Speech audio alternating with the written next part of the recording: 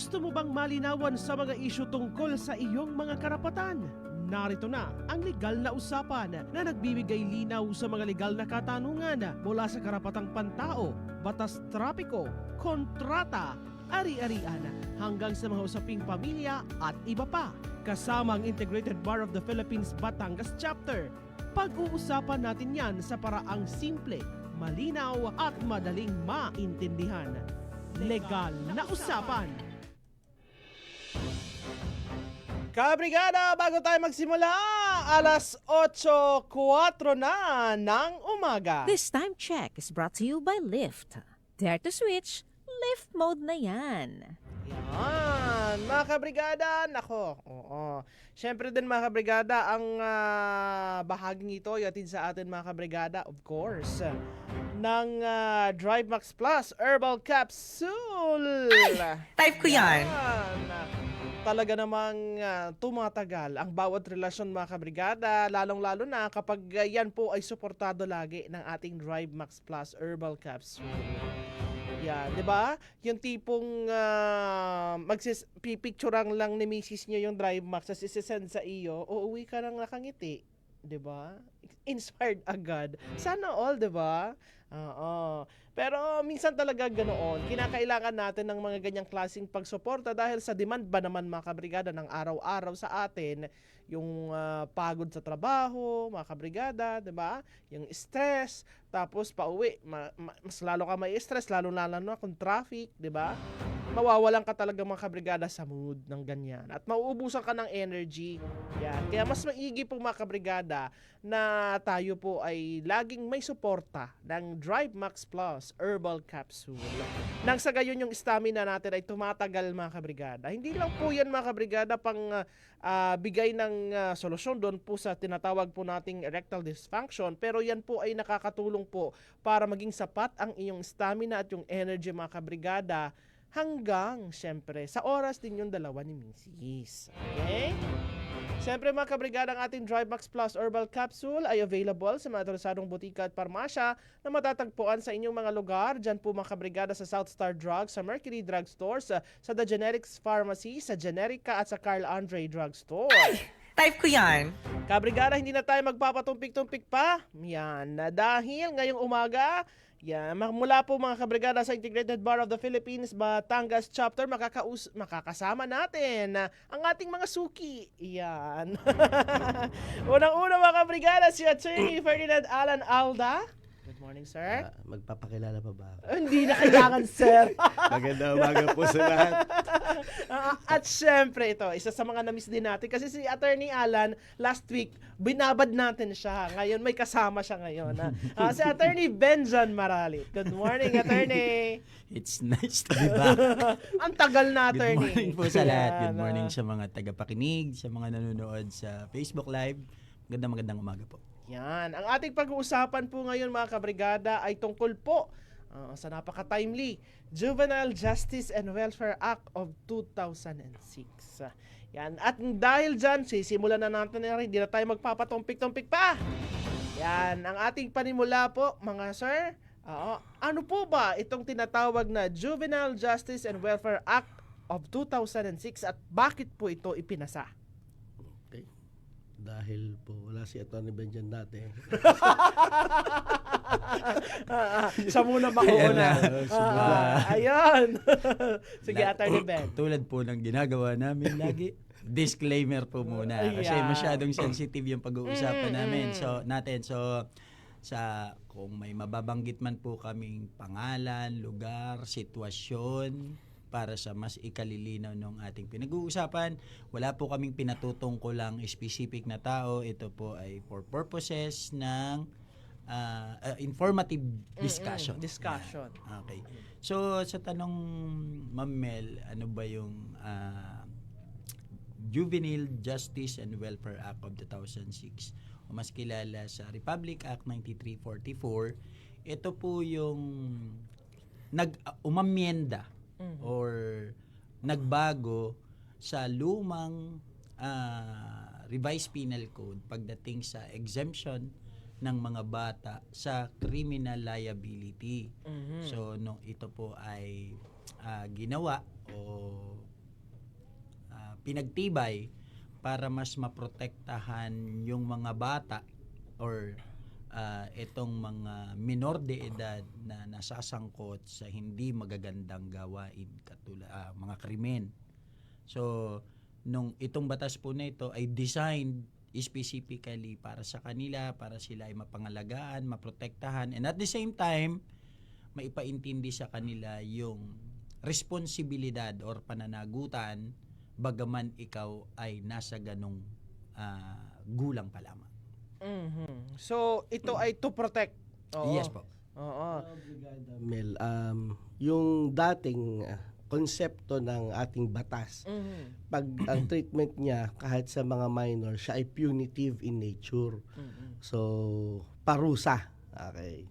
Sa onset ng pagkakagawa na ang ating juvenile justice law at saka sa trend na pagbabago sa mga batas patungkol sa mga kabataan, nag-center naman siya ngayon sa tinatawag ng restorative at rehabilitatory punishments. Not punishments, more of transformation. So, rather than punitive, restorative siya, ibinabalik siya sa tamang landas, at rehabilitatory, paano ba yun? Ang pagbabago, transformation. Okay. So, yun po ang naging konsepto ng punishments or penalties po dito po sa juvenile justice law. And sino po yung tinatawag natin na children in conflict with the law o yung CICL? Well, ang children in conflict of the law po, siya po yung isang minor de edad o sino man na nakapaloob po sa ating batas na ang age po ay below 18. Automatic po yan. Pag below 18 ka, you are a child in conflict of law. At pag sinabi, in literal translation, isang bata na may in conflict. Ano ba in conflict? Ayan, nahirapan tayo mag-translate. Oo. Oo. May May paglabag? paglabag sa batas. Batas, oo. Paglabag sa batas. Mamel, para po mas maintindihan natin, katulad po nung sinabi ni Atty. Alan, yung lumang batas po natin pagdating sa mga gawain na nagko-constitute ng krimen or paglabag sa batas, kung mapapansin po natin, yung dati nating batas, kapag ang isang minor de edad ay nakagawa ng krimen, tatanggalin siya sa society at ihiwalay. Parang tatanggalin mo siya, para kang nagtatanggal ng prutas na may sira sa isang kaing para hindi madama yung iba. Ngayon, ang ginagawa natin, hindi mo siya tinatanggal, kundi binabago mo siya for purposes of reintegration sa society. Para mo siyang yung mga bata na may nagawang krimen ngayon is sa pamamagitan ng programa under dito sa batas na to, para mo siyang i-overhaul para paglabas niya pwede mo na uli siyang isama sa karamihan. Kaya po siya ay restorative at rehabilitative aspect. Kanina, attorney, ang layunin po ay to protect yung mga kabataan na lalong-lalo mga menor de edad. So, ibig sabihin po ba dito, wala po dito sa batas yung sinasabi natin na pananagutan. Kapag sila po ay lumabag sa batas? Hindi naman po. May distinction po within the provisions of the Juvenile Justice Act kung kailan nagkakaroon ng pananagutang kriminal ang isang child in conflict of law. So siguro po sa ating discussion natin po maliliwanagan kung kailan nagkakaroon ng pananagutan. And speaking of pananagutan, ano po yung minimum age of criminal responsibility dito po yan sa ating bansa? Ayan. Dito ma'am sa atin kasi, magkaroon kasi, kailangan natin ng distinction. Pag sinabi natin criminal responsibility or criminal liability, ito yung edad ng isang tao kung saan yung batas natin na may kinalaman sa mga usaping krimen ay full force ang pagpapatupad. So, dito sa atin, once you are 18 years old and above, full force na ang pagpapatupad ng batas sa iyo. Wala na yang parang wala nang reservation. Kasi nandun ka na sa age of maturity or age of majority na kung saan ipinagpapalagay ng batas na mayroon ka ng sariling desisyon, pag-iisip, at kalayaan para gawin yung mga bagay. So, ang cut-off is once you are 18 and above, yun po yung age of majority or yung age of criminal responsibility, minimum age, and pagka mas mababa or below 18, itong RA 9344 naman yung pag-uusapan natin. Ito yung mag-a-apply naman po sa Siya ang in effect. Yes po. Yes. Tama po. At base po sa Juvenile Justice Act nga po, ang we have to distinguish kasi base po sa batas, pag kayo ay below 15 years of age, or 15 below pala, sorry. 15 below, you are exempt from criminal liability. Okay. So, paano naman yung above 15? Oo. To below 18. Okay. So siya naman po ay generally exempt pa rin unless there is a finding of discernment. Kung napatunayan na meron ng kakayanan para maintindihan noong batang iyon ang kanyang mga ginawa at ang consequences na kanyang ginawa, then she will be criminally responsible sa kanyang ginawang krimen. Liwanagin lang natin, Ma'am Mela. Kasi doon sa batas po, ang sabi ay 15 and below. Kasi tayo talaga mga Pilipino may pagkapiloso. Paano po yun? Kaka-birthday ko lang kanina. 15 na ako. Nag-birthday ako kanina. Halimbawa, kaninang 7. Paano ang treatment ko? So, strict po yung batas doon. Pag sinabi nating 15 and below, exactly 15 and below. So, above 15, ititreat ka as yung between above 15 and under 18. So, ganun po yung catch niya para malinaw yung distinction. Kasi, baka maisip natin na, okay, sige, isang buwan pa lang, parang ako ay 15 years old and 1 month, considered pa din ba ako as exactly 15? Answer is no po. Doon na siya papasok sa 15, above 15, but below 18. Yes po. Malinaw po yun. Oo nga, kasi minsan ganun talaga eh. Oo. Kailangan maging specific kahit sa edad, 'di ba? Oo, ganun talaga yung minsan takbo din ng utak ng mga Pilipino eh. Sige. So, ano po yung mga karapatan ng isang menor de edad kapag siya po ay inaresto or iniimbestigahan ng mga otoridad? The same rights po na binibigay sa isang naakusahan ng paggawa ng isang krimen. Although may additional rights po dahil yung mga bata. So, hindi po siya kailangang gawa ng excessive force. Kumbaga, dapat po malinaw na ipinapaliwanag sa bata kung bakit siya inaaresto. So, papaliwanag sa kanya kung ano yung kanyang ginawa. At dahil sa batas, kailangan siyang arestuhin. Dapat din po may kaukulang training yung mga aaresto. Kasi syempre nga po, mga minor de edad iyan, so dapat po ay alam ng aaresto kung paano yung treatment ng paghuli sa kanila. Dapat so lahat po ng rights ng na binibigay ng batas sa mga naaakusahan ay binibigay din sa kanya to be informed of kung bakit nga po siya nuhuli. Sasabihin sa kanya, pwede rin siya, he has the right to remain silent. Yati lang sinasabi. May karapatan siya. Sinasabihan siya na may karapatan siyang makasama ang kanyang magulang o kanyang guardian o ang isang social worker sa bawat stage ng gaganaping investigasyon at kung halimbawa umabot man sa trial, okay? Meron pong confidentiality na pwedeng ipa-invoke niya kung ayaw niya itong ma-media. Kaya po kalamitan, di ba, naka-blurred po pag pinapakita po natin sa mga news. And at all times, the right to be treated with dignity and respect dahil nga po sila ay mga minor de edad. May tanong lang po ako, attorney. nagmamatter po ba yung bigat ng krimen na ginawa ng isang menor de edad sa posibleng kaharapin niyang pananagutan? Halimbawa, sabihin na natin na 15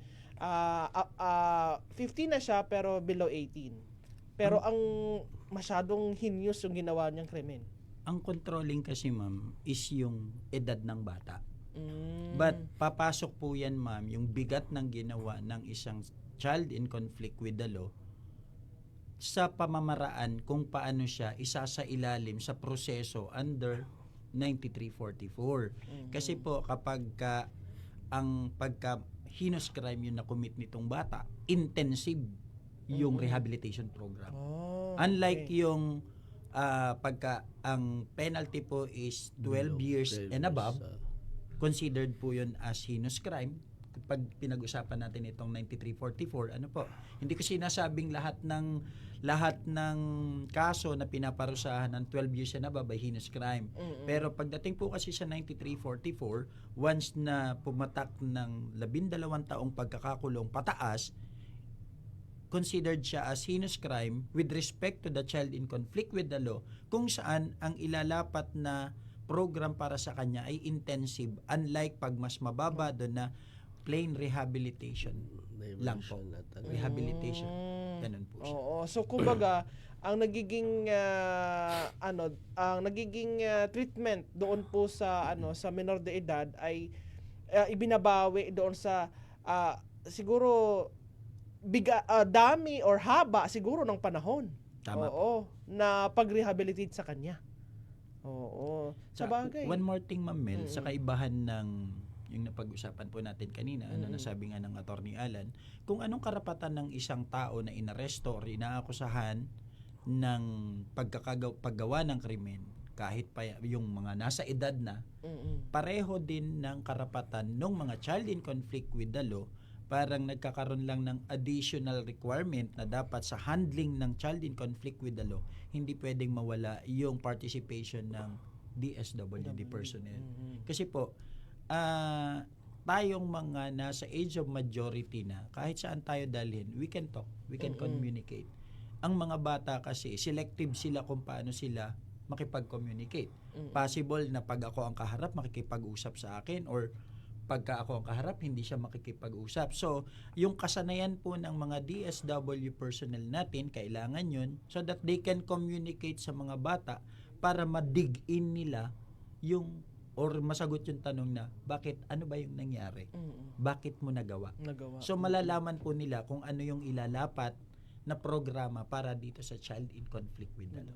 Yun, ganun pala yun. So, napaka-crucial talaga nung role ng isang social worker, lalong-lalo na po mga kabrigada ng DSWD, para dito, sa pag-implement ng batas na ito. Lalong-lalo na kung ang, sabi na nga natin kanina, na talagang mga minor de edad po yung kumbaga suspect sa isang krimen. Anyway, yan po mga kabrigada ha, unang bugso pa lang yan. Pero marami na kayo nakuha mga kabrigadang mga kaalaman. Sa inyong mga katanungan, keep it coming lang po. Pero sa ngayon muna, kami ay magpapaalala, Power Cells Herbal Capsule mga kabrigada, naririyan para suportahan po mga kabrigada ang inyong kalusugan sa anuman po mga kabrigadang hamon na ibinibigay mga kabrigada sa araw-araw. Power Cells Herbal Capsule, nagmamalasakit dahil ikaw ang sandigan. Kabrigada, alas 8:26 ng umaga at ang oras yan mga kabrigada, inatid sa atin ang ating Yummy Vit Syrup. Yan, para naman po yan sa mga batang may edad 3 years old hanggang 15 years old. Pinag-uusapan natin mga kabrigada, mga menor de edad. Ito po kasi mga kabrigada, pag sa ganyang po kasing edad, sabihin na natin sa Yummy Vit, 3 to 15 years old, napaka-importante po dyan yung gabay ng magulang. Napaka-importante po mga kabrigada yung suporta ng mga magulang sa kanilang development, sa kanila po mga kabrigadang tawag dyan growth, mga kabrigada. At lalong-lalo na, napaka-importante po yung gabay nila sa araw-araw, lalong-lalo na yung mga kinahaharap po nilang mga problema, hindi lang po mga kabrigada sa school, kundi kahit mga kabrigada yung pangsarili. Kaya napaka-importante po dyan yung talaga, close, hindi lang monitoring, kundi siguro close communication ng magulang doon po sa kanilang mga anak. Dahil kung hindi po kayo mga kabrigada close ng inyong anak, hindi nyo alam na kung ano-ano na pala ang nangyayari dyan sa school, napapariwara na pala, hindi nyo pa alam. At masakit po bilang isang magulang na makita na napapariwara, di ba, yung ating mga anak. Kaya dapat bilang isang magulang, tayo po ay nakasubaybay, tayo po ay nakagabay sa ating mga anak. Paalala po yan mula ho sa ating Yummy Vit Syrup. Yan. Lagi po yan mga kabrigada na naririyan para po magbigay ng sapat po mga kabrigadang nutrisyon at bitamina po sa ating mga anak. Available po yan sa mga interesadong butika at parmasya na matatagpuan sa inyong mga lugar. Dara-diretso na ho tayo mga kabrigada. Yan, sa ating pinag-uusapan. Kanina, napag-usapan na natin yung edad, yung pananagutan, yung karapatan ng mga bata. Dito po yan, mga kabrigada, sa ilalim ng Juvenile Justice and Welfare Act of 2006 or yung RA 9344. Ngayon naman, pag-uusapan natin. Kanina po, pag siya po ay naaresto, yung karapatan niya. Ngayon naman, ang aking katanungan mga sir, maaari po bang ikulong ang isang minor de edad kasama po ang mga adult detainees? Pinagbabawal po ang pagkakakulong po ng isang minor de edad kasama po ng mga adult. Okay. At ganoon din po. Hindi rin po talaga kinukulong ang isang minor de edad. Yan, para po malinaw. Hindi po siya kinukulong in the sense na hindi siya pwede sa jail. Yan po ang konsepto. Pero kung consider nyo po na pagkakakulong ang paglalagay sa kanya sa isang institution, well, yun po pagkakakulong na pwede under the terms po ng batas. But it is not considered as incarceration. Ano po yan? Restriction lang sa mobility. Yung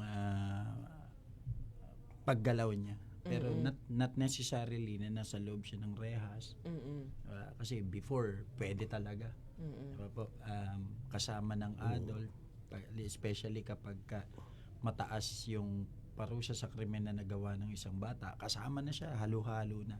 So, kasi po, kung bakit hindi pwede, kasi kapag ginawa natin na isinama natin yung child in conflict with the law doon sa ordinary inmate, parang ira-run counter natin yung pinaka-purpose ng batas. Kasi i-restore nga natin. Para ka bang may nagawa na nga to, isasama mo siya doon sa kung saan mas ma-expose pa siya, possible na ma-expose pa siya sa mas malalang sitwasyon. So, hindi siya restorative, kundi parang punishment na siya in essence po. Kaya hindi sila isinasama. Opo. So kanina nabanggit mo na Attorney Ben yung about sa papel ng DSWD, ng mga social worker. How about po yung papel naman po ng magulang? Oo.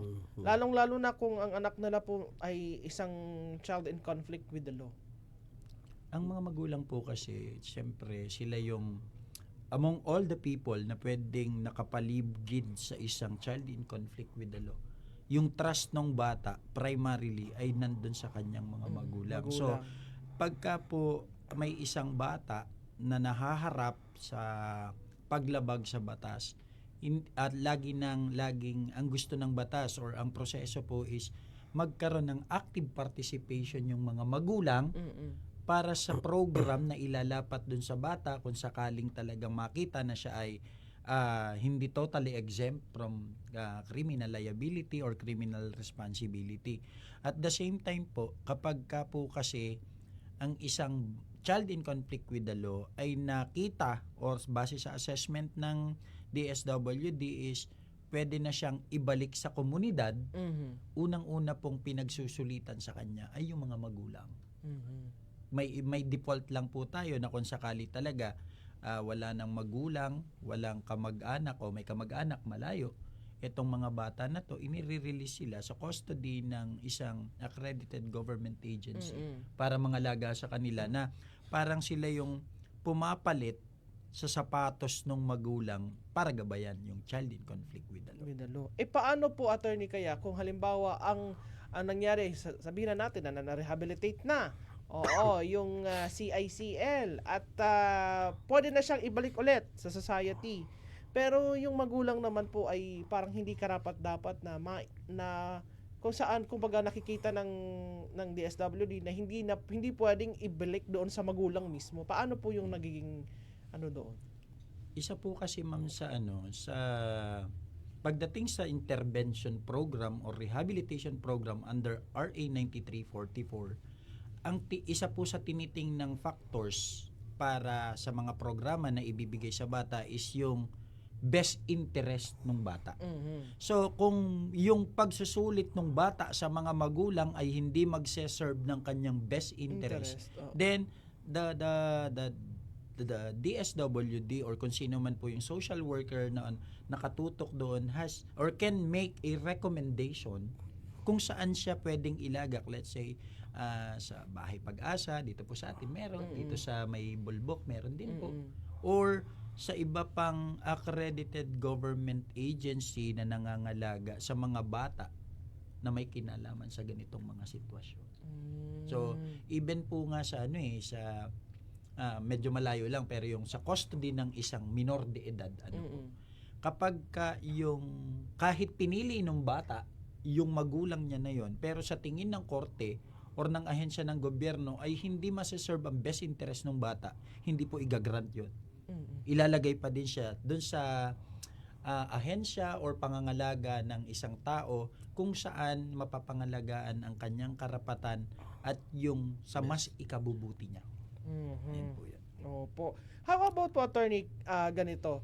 Halimbawa po na pwede, pero bago muna yung tanong ko, nakalagay po ba sa batas kung hanggang kailan yung magiging rehabilitation period ng isang CICL?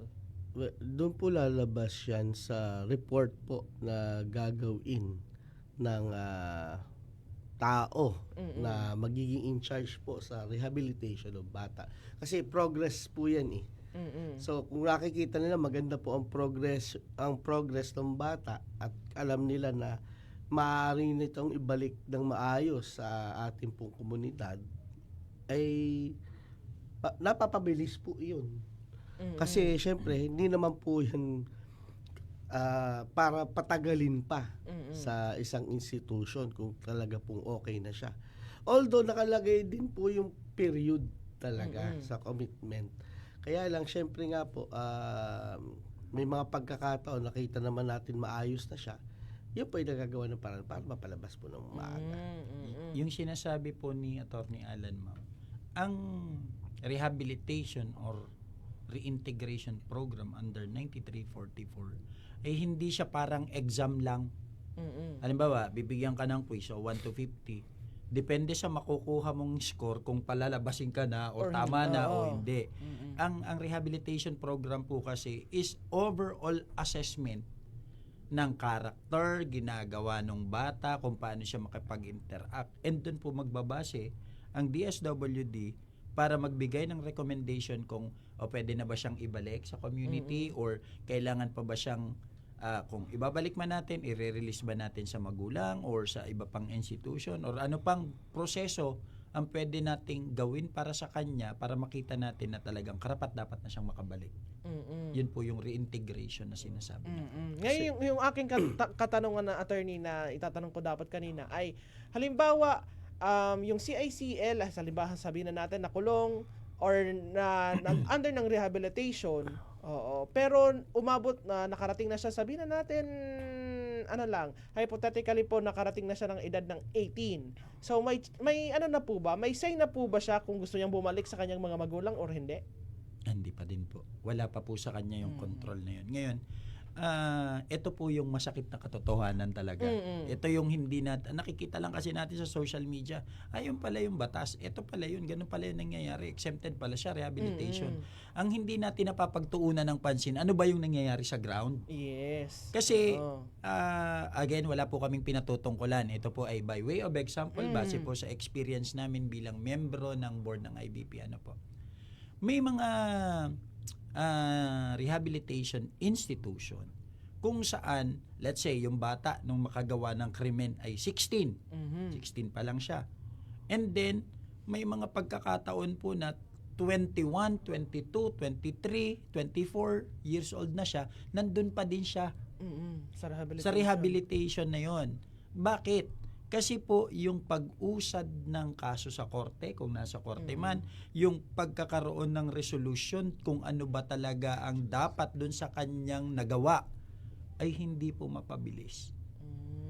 Doon po nagkakaroon ng parang, hindi ko naman po masasabing failure, kung hindi kakulangan lang, hindi failure. Kakulangan, yung ang ganda kasi ng intention ng batas, the problem is with the execution po. Kasi mayroon nga po kami experience napuntahan po ng board ng IBP. Yung bata nung makakommit ng krimen is 15 years old. Pero dinidetermine po yung discernment kasi between 15 and 18. And nung makausap po namin siya is 22 na siya. Ang nakommit niyang crime ay consider natin na heinous crime.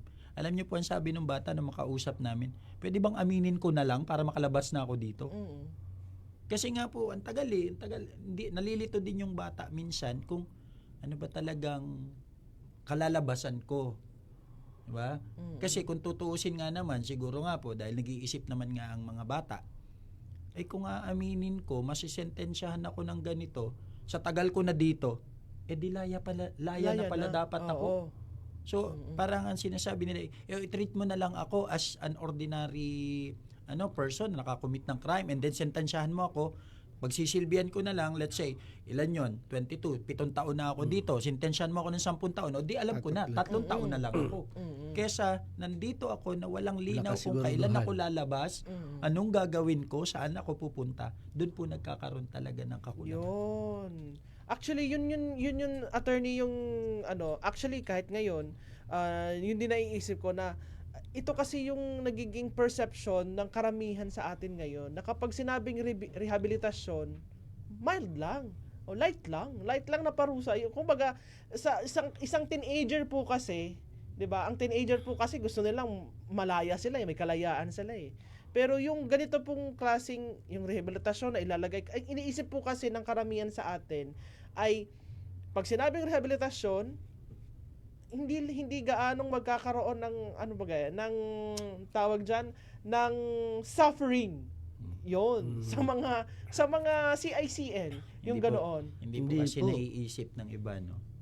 Sa loob ng rehab. Hindi ko po sinabing na rehab na ako. Lapit na. Sa loob ng rehabilitasyon, ma'am, base po doon sa program na nababasa namin sa may parang dimetro ang galaw mo doon. Oo. Gigising ka ng ganitong oras, dapat tapos mo na ng ganito kasi nga nire-reform ka eh. Tinatanggal ka dun sa dating nakasanayan mo. So hindi natin pwedeng sabihin na pag rehabilitation para siyang walk in the park lang. Para ka lang namamasyal sa mahabang panahon and then afterwards, okay na. Labas ka na. You can go back to the way you were before na. Hindi po gano'n. You will be in a structured community po kasi. So, yun po ang isang mabigat na tinatanggal mo sa mga bata na ganyang age na may gusto ng freedom. Ano yung kaya na gawin lahat dati. Tapos ilalagay ko sa isang structure. Yun po ang mahirap sa kanila. Kasi hindi, alam mo yun, yung dati nasa labas sila. Gusto kong matulog, tutulog ako. Gusto kong kumain, kakain ako. Doon hindi. May oras. Hindi pwede basta matulog kasi may gagawin kayo. And it's part of the program para nga po sila matuto. Yun mga kabrigada sinasabi natin. Na hindi din basta-basta yung rehabilitasyon na ibinibigay po mga kabrigada na penalty. Sabi na natin penalty, wag parusa. Doon po mga kabrigada sa mga CICL na menor de edad. Yan, kasi parang ang tinitake kasi pag sinabing rehabilitasyon lang, pero pag sa isang teenager mga kabrigada, yung word na rehabilitation, yan yung dahilan kung bakit marami ang ayaw sa DSWD. 'Di ba? Pag sinabi, sige, papakuha kita sa DSWD, takot na agad sila. 'Di ba? Dahil ayaw nila mga kabrigada na nalilimit yung freedom na meron sila, which is kapag under rehabilitation, yun actually ang nililimit sa kanila. So, yan, marami tayong mga nare-realize ngayong umaga mga kabrigada. Dito ho yan sa ating pinag-uusapan. At sana ho ay ito naman po ay magbigay linaw doon po sa mga kabrigada nating nakikinig ngayong umaga. Lalong-lalo na with regards po dito sa juvenile justice and welfare. Lalong-lalo na din sa mga kabataan na nakikinig ngayon. Oo, na hindi po basta-basta. Ang batas na are. Na porket magpapakabait lang ako doon, laya na ako, hindi po ganoon. Sige. At syempre, isang paalala po yan, malaho sa ating Power Cells Herbal Capsule, nagmamalasakit dahil ikaw ang sandigan. Kabrigada, alas 8:50 ng umaga. At ang oras na yan mga kabrigada, yatid sa atin ang ating Standout ES4 Multivitamins Capsule. Yan. Para naman po sa mga may edad na 15 years old hanggang 21 years old ang ating Standout. Nang sa gayon po mga kabrigada, syempre stand out lagi sila sa kanilang mga gawain, lalong-lalo na mga kabrigada, yung mga responsibilidad nila bilang isang mag-aaral, bilang isang anak, bilang isang kaibigan mga kabrigada, at lalong-lalo na kung sila po mga kabrigada ay working student. Malaking tulong po iyan mga kabrigada para mapanatili po nilang healthy. Malakas po yung kanilang pangangatawan. Marami na po kasi mga kabrigada yung mga demand. Hindi din biro mga kabrigada ang demand ng mga kabataan ngayon pagdating sa school. Yan, lalong-lalo na kung ikaw ay nasa kolehiyo. Yan. Talagang maraming kailangan na i-meet na deadlines, marami po mga kabrigada ang mga responsibilities na kailangan kaharapin. Kaya po nararapat lamang nabigyan po natin ng suporta ang ating mga chikiting pagdating po sa kanilang kalusugan, pagdating po sa kanilang overall mga kabrigada na well-being. Stand Out ES4 Multivitamins Capsule. Siyempre, stand out with Stand Out. Yan, available po yan sa matansadong butika at parmasya na matatagpuan sa inyong mga lugar, sa Carl Andre Drugstore, sa The Generics Pharmacy, Generica mga kabrigada, sa South Star Drug at sa Mercury Drugstores nationwide. Type ko yan. Sige. Kanina na pag-usapan na natin mga kabrigada yung mga importanteng bagay pagdating po dito sa Juvenile Justice and Welfare Act of 2006 at nagpapatuloy pa rin tayo mga kabrigada ha. Yung mga katanungan ninyo, ibigay nyo lang po dito sa atin kung kayo ay may mga hindi naliliwanagan sa ating tinatalakay ngayong umaga. Yan. Ang ating katanungan naman, attorney, paano po kung paulit-ulit po na nasasangkot sa krimen ang isang minor de edad? Ano po ang nararapat ng gawin sa mga ganito po? Kapag ka po yung parang yun sabi nyo nga po, paulit-ulit na nasasangkot sa krimen yung isang bata. Same pa din po yung treatment pagdating sa edad niya. Doon pa din siya, titingnan pa din kung siya ba ay exactly 15 and below or above or 15 but under 18. Ang treatment pa din po sa kanya ay conforme sa kanyang edad. Pero when it comes dun sa program kung na ibibigay or ilalapat sa kanya, sabi ko nga po kanina, bukod dun sa heinous crime ang nagawa mo, pagka ikaw ay maliliit na krimen pero paulit-ulit, laging nangyayari, same intensive program ang ibibigay sa iyo. So kung siguro doon sa isa ay mas magaan-gaan pag sinabi nating intensive, so ang tutok sa iyo ay talagang nandyan, nakatingin sa iyo, or mas mabigat yung ilalapat na program for purposes ng rehabilitation dito sa mga batang paulit-ulit na nakakagawa ng krimen. So, may record naman po kasi syempre yung previous na nangyari do sa kanyang previous na program. So, mapapag-aralan bakit ganito na ulit, nandito na ulit. So, susubukan ulit nila again, restorative and rehabilitory. Susubukan pa rin mapabago yung pong bata. Kaya nga, sabi na Atty. Benjamin, medyo masihigpitan ngayon yung program. Bakit nangyari ulit ito? So, baka hindi effective yung program ng una. So, papalit. Diba? So, i-adapt po ulit sa kanya. Opo, ito lang po, may katanungan lang pong sumagi kanina habang nagko-commercial tayo, attorney. Kasi 'di ba, sinasabi natin na nire-rehabilitate natin yung mga minor de edad na in conflict or yung children in conflict with the law. So, halimbawa pag dumating na po siya sa edad na 18, humaharap pa rin po ba sila sa trial? Opo naman, ma'am. Yun. Kapag ka po, halimbawa, ayan, ilagyan na ulit natin ng parang pag-itan. Halimbawa, ikaw ay above 15 but below 18. Sabi natin in general is exempted pa din sila unless mayroong discernment or yung kakayahan para madetermina yung kaalaman sa kaibahan ng tama at sa mali. Let's say nakita natin may discernment ka, magkakaroon po ng proseso sa korte, didiretso po yung kaso. Hindi ibig sabihin na pag ay may discernment, ilalagay ka na ulit sa rehabilitation or i-under ko na automatic rehabilitation program. Hindi po. Magtutuloy-tuloy ang proseso sa korte. At kung halimbawa, ang mas maganda pong tanong siguro, Ma'am Mel, or ang follow-up question is, what if napatunayan na may kasalanan, May kasalanan, yes. At 18 ka na ngayon. Nung lumabas ang desisyon ng korte is 18 ka na. Pwede ka na bang i-treat na katulad ng mga ordinaryong tao na nakakagawa ng krimen? The answer is yes. Yun ang masakit. Doon po, papasok na ulit yung sabi po natin kanina na pag 18 ka na, 18 na ba, full force ang punishment. Doon po, papasok na po yun. Hindi ibig sabihin na porke ikaw ay child in conflict with the law, forever ganun yung treatment. Hindi po ganun. At saka ang tinitingnan po dito as ang importante po dito sa RA 9344 is date ng commission ng crime.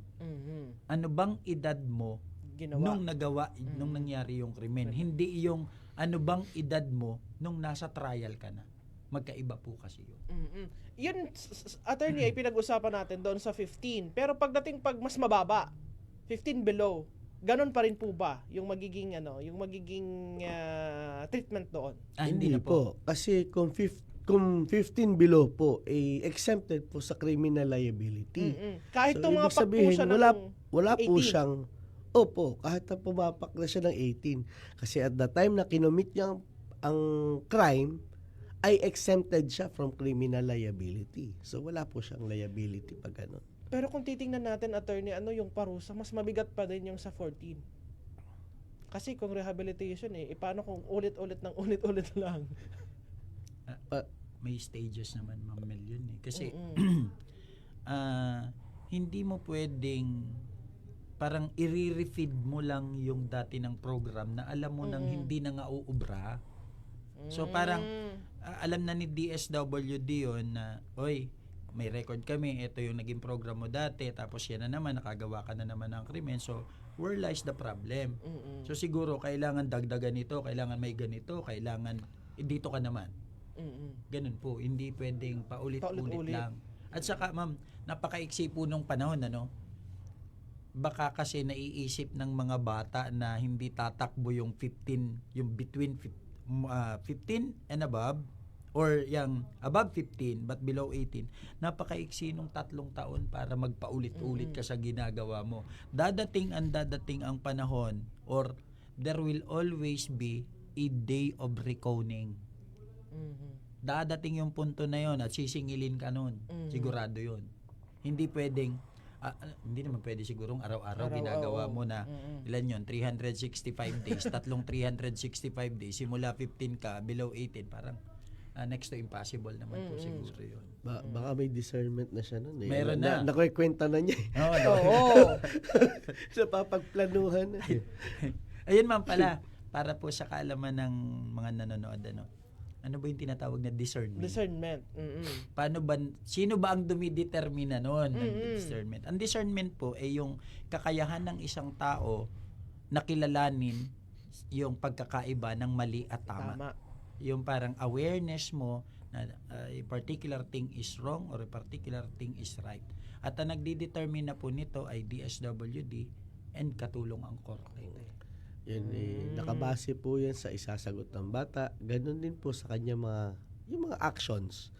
Kung paano ginawa yung isang bagay. So lahat po yun ay magpa-factor in para malaman kung may discernment o wala. At ito, mga sir, may pananagutan ba ang mga magulang kung ang kanilang anak ay nakagawa ng krimen? Well, civilly, Mhm. yun po ang kanilang liability. So, kung may damages po na na-incur ang bata sa pagkakagawa po ng krimen, pananagutan po ito ng mga magulang, maliban na lang kung may papaliwanag ng mga magulang na nag-exercise po sila ng kaukulang supervision at diligence ng supervision sa kanilang mga anak. Ano po. Mm-mm. Pero kung striktong pagtingin, pwede nga rin po makasuhan ng mga magulang Mm-mm. ng child abuse. Kasi kung halimbawa makikita na pinapabayaan nila yung kanilang mga anak, then it can be a ground for a prosecution for child abuse under the child abuse law. Na kaya pala nakagawa ng krimen yung bata is dahil sa kapabayaan Pabayaan. mismo ng magulang.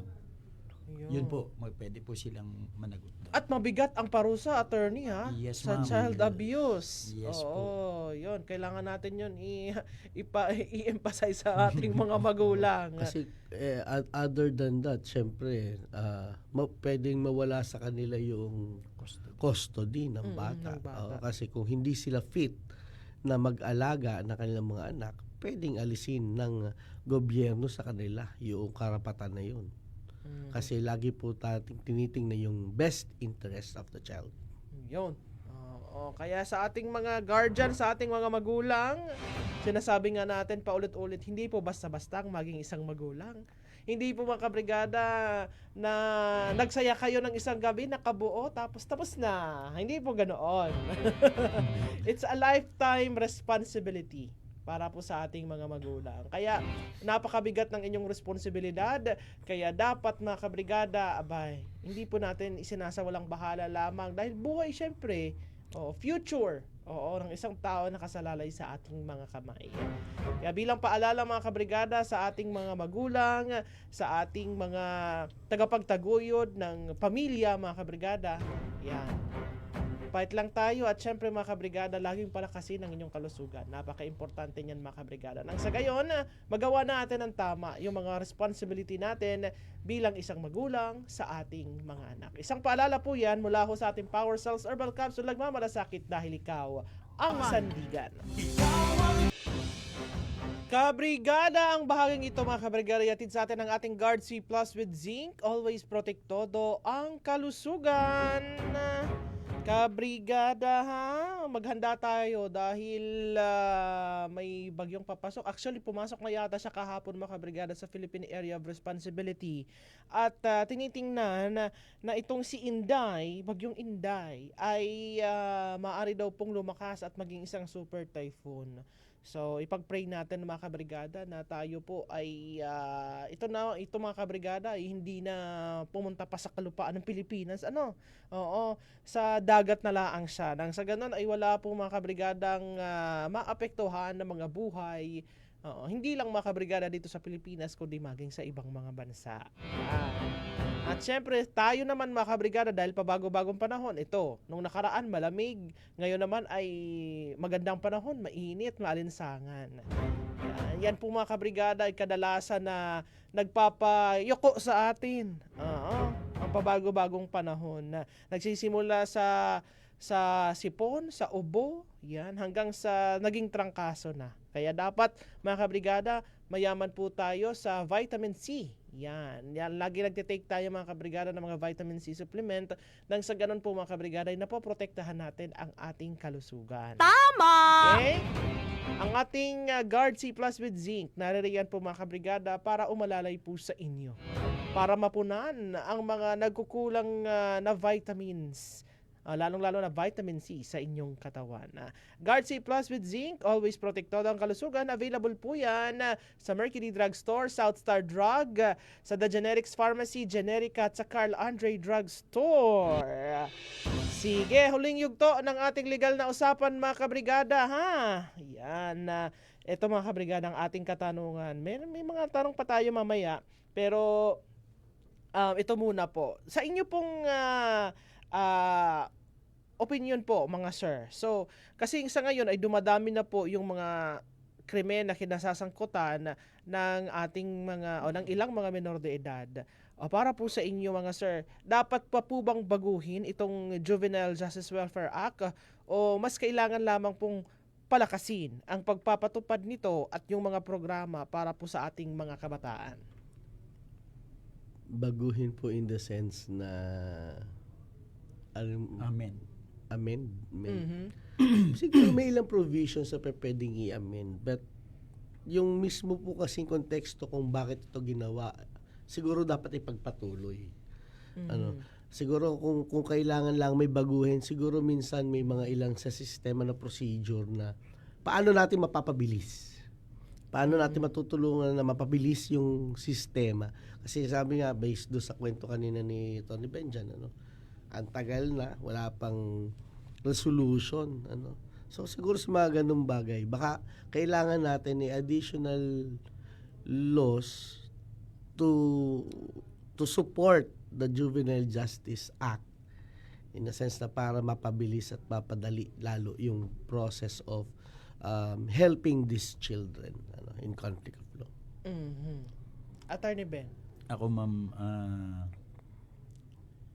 sa akin po, sa personal opinion ko, mas gusto ko ibalik yung dating age of criminal responsibility under the old revised penal code. Yung ang total exemption is 9 years old and below. And then pag-uusapan natin ngayon yung discernment kapag ka ikaw ay over 9 but below 15. Yan. Tapos itong program nito i-integrate mo doon sa lumang batas. Bakit ko po nasabi? Naghahalo po yung katwiran na ibabalik doon sa dati o papalitan. Kasi ang sasabihin iba noon, iba ngayon. Precisely, that's the very reason why I would want na mabalik yung dati. Kasi nga hindi na akma kung mapapansin natin, yung pag nakita mo yung ginagamit na yung kabataan para sa paggawa ng krimen. Kasi nga dahil yun yung edad nila. So parang ano ba ang tawag dito? Nasasamantala. Masyadong nasasamantala at nagagamit sila. Nagagamit. And sa tingin ko po is maganda yung program niya actually. Kasama po siguro yung magkaroon ng reinforcement ng isa pang batas para mapabilis, sabi po ni Attorney Alan. And with regard dun sa age of criminal responsibility, ibabalik lang natin yung dati. Tingin ko po, personally, yun po ang aking nakikita na dapat nating gawin. And at the same time, yung kakulangan nitong batas na ito is yung nasa ground. Kasi may pinag-uusapan po tayo dito na intervention, reintegration, participation ng DSWD, pero hindi natin nakikita yung katotohanan na hindi kaya talaga ng DSWD personnel dahil limited ang headcount nila para gawin yung mandato ng batas. So, kung may babaguhin ka sa taas, kailangan hanggang ilalim. Kasi gaano man kaganda yung batas, kapag hindi mo kayang i-execute, wala pong kwenta yan. Totoo din Walang yun. kwenta yan. Opo, very well said mga sir. Oo. At dito tayo, nagdagdag lang ako attorney dito lang kasi napaka mainit yung usapin dito sa batas na ito eh. So nagdagdag ako ng case-based discussion laang. Oo. Halimbawa po ito, school shooting, sabihin na natin sige, sa Tacloban. Pero ito po kasi, 2 menor de edad ang nasangkot sa isang school shooting and ayon po sa reports, matagal na silang nakakaranas ng bullying. At dahil po dyan, ito na nga, nabuhay po yung debate natin dito sa ating bansa ng RA 9344. Ngayon, itatanong ko lang po sir, nakakaapekto po ba ang aligasyon ng bullying sa paghawak ng kaso o maaari bang gamitin ang pagiging biktima ng bullying bilang depensa? Personally po, kasi ito bago lang ito. Maaari siyang magkaroon ng mitigating circumstance. Mapababa na kaunti ang ibig sabihin sa penalty. Yung mitigating circumstance na nakaka-apekto sa penalty para bumaba. Siguro kasi wala pang jurisprudence on the matter. Pero tandaan niyo yung kung alam niyo po yung battered woman syndrome. Okay, na kung saan halimbawa nagawa ng isang may bahay na babae, yung asawang babae na masaktan o kung ano man ang kanyang asawa dahil lagi siya binubugbog, may jurisprudence po na natatanggalan ng criminal liability yung asawang babae o nami-mitigate in a way yung kanyang magiging kaparusahan base sa kanyang ginawa because of the battered woman syndrome. And I think baka pwede ito, lalo na yung extent ng bullying at syempre yung kalalagayan ng bata, kung paano siya mag-isip, kung paano yung kanyang psychology, kumbaga. So pwede po sa akin, baka pwede. Oo. At hanggang saan po yung hangganan? Oo. O pananagutan po ng isang taong gumanti. Mahirap kasi ma'am lagyan ng bakod pagdating sa ganon. Ano po? Ang sinasabi lang namin dito is kung recurring yung bullying, halimbawa po, araw-araw na lang na ginawa ng Diyos, nararanasan mo yon. Makita mo lang yung tao na nambubuli sa'yo, wala pa siyang ginagawa, pakiramdam mo sa sarili mo, binubuli ka na. Possible po na yun ay maging factor to be exempt from criminal liability, or the least that it can serve is to mitigate o mapababa yung sentensya. Hindi tatanggalin yung krimen na nagawa mo at yung iyong pananagutan, ibababa lang yung sentensya. Magkaiba po kasi yun eh.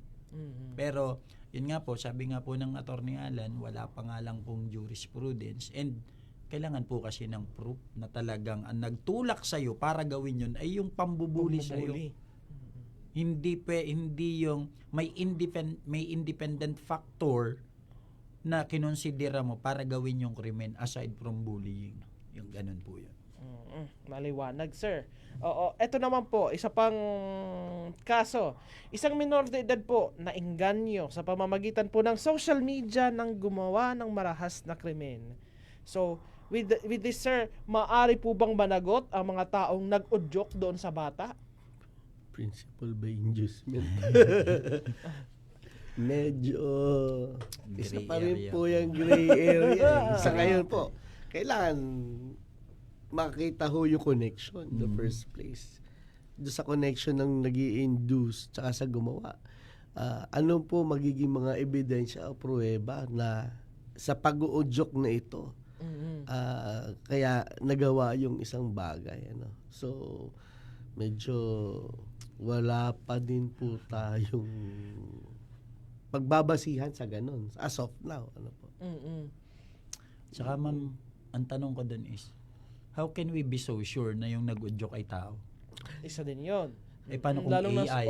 Lalo kung social media. Yes po mahirap kasi. But if you can prove na yung tao at ang naging konsiderasyon ng bata para gawin yung isang bagay na mali o labag sa batas ay dahil sa pag-uudyok nitong taong ito, then may pananagutan siya. Pananagutan siya by way or being principal by inducement. Parang ikaw yung namilit o nag-udyok doon sa bata. But injury po medyo mahirap eh. Ang hirap pong i-connect kasi nga because of the modern age, ang atin pong teknolohiya ngayon ay napaka-advanced na. Minsan nga pinapapanood natin, akala natin tunay na tao, AI pala. So, actually, kagabi nga, attorney, nanonood ako yung YouTube. Parang interview ni Serena Williams. So, nakita ko, AI ang ataari. So, tapos nagsasalita siya regarding kay Alex. Sabi ko, AI ari. Kasi, pero makakapag ano na eh. Parang talagang ikaw ay maluloko na. Kasi parang siyang siya na rin. Oo. Ang tanong kasi ma'am ngayon, maliban dun sa dapat bang amyendahan yung batas, palitan, dagdagan. Ang tanong kasi ngayon saan ba talaga nagmumula yung problema? Kasi sa tingin ko po, by personal opinion ko, nagmumula to sa loob pa din ng tahanan. Yes. Hindi pwedeng maging katwiran na iba kayo noon. Iba kami ngayon. Kami po, sabi nga po namin ng Attorney Alan kanina kay Ma'am Jamie, kami laki sa palo. Pero hindi naman kami naging violent eh. Wala pa naman kaming sinaktan tao.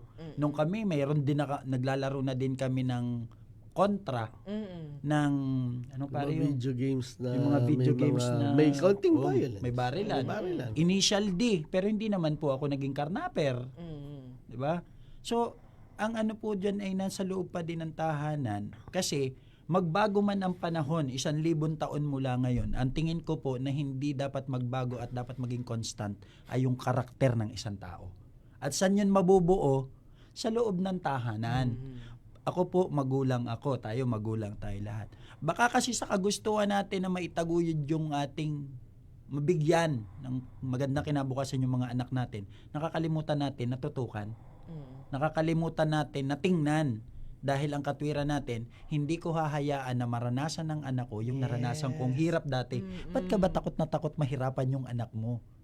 Tingnan mo sarili mo sa salamin. Exactly, sir. Lumaki ka naman na okay Oo. Nahirapan ka. Mm-mm. Iba, why not?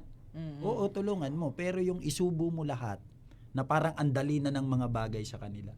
I think parang dun po nanggagaling. And it's interaction po between the parents, yung household, community, the DSWD, and lahat po ng factors para makita natin kasi doon lang naman siya magsisimula. Ano bang hinahanap ng bata? Baka may hinahanap sa loob ng tahanan na nakikita niya sa labas kaya nagawa yun. So yun po yung personally. Napakaganda na nun, sir. Sige po. Sana po ay marami kayong natutunan sa ating discussion ngayong umaga, mga kabrigada. Napakaganda nun, sir. Something to reflect on ng ating mga magulang. Diba? Sige, anyway, baka kayo po ay may gustong batiin. Mga sir? Nandito na tayo sa Wala kami babati. Sige po, sir. Opo. Lagi po aking unang babatiin. Siyempre aking may bahay, si Ana at aking 2 anak, si Anton at si Allen. Hello. Good morning sa inyo. At siyempre po, meron po may kaarawan na ngayon, hindi ko maaaring hindi babatiin. Oy. Very worshipful Benjamin, Kuya Juby Privado Jr. Happy birthday! Masonic District R4, Batangas. Happy birthday to the King. Happy birthday po. At sa aming kasama sa IBP, Kuya Joel, miss ka na namin. Kay Ma'am Tina, hello. At sige po, Attorney Ben. Bawal na daw kami magsama-samang tatlo. Ayan. Before po ako bumati, announce lang po ako na again, nananawagan po kami sa members ng IBP Batangas. Please, mag-volunteer tayo sa Lodi. Let's do ulas po. Para malaman nyo po, please pakitawagan po ang office natin para malaman nyo po yung specific kung paano kayo makaka-comply doon sa Lodi program natin at saka doon sa ULAS program natin. And again, every Friday po, mayroon po kaming free legal consultation sa IBP, sa Palyokan po sa likod ng SM. Pumunta po kayo doon para po sa inyong mga legal na pangangailangan. And of course, binabati ko po ang aking may bahay at saka ang aming 2 anak na malamang ay anong oras na ngayon? Gising na. Napuyat kagabi. Ang akin pong family sa Socorro Oriental, Mindoro na nakikinig ngayon. Magandang umaga po. And sa pamunuan po ng IBP Batangas chapter sa pangunguna ni Presdindo. Binabati ko po kayo. Marami pong salamat. May gano'n bahabol pala ako. May aking ka-opisina. Mamawara ako nito. Aking ka-opisina. Tita Malen, aking kumare. Happy birthday and happy retirement. Wow! Ayun ang masarap. Yan masarap. Yung masarap. Masaya na si Paring Jerry. The fruits of labor ay matitikman na. Yan, maraming salamat, Attorney Ben at Attorney Alan sa iyong oras ngayong umaga. Marami tayo na pag-usapan at sana po yung mga napag-usapan namin, mga kabrigada, ay magbigay po ng kaalaman at syempre mga realization sa inyo. Yan. Anyway, mga kabrigada, ang bahaging ito ay inatid sa inyo ng ating Power Cells Herbal Capsule, nagmamalasakit dahil ikaw ang sandigan.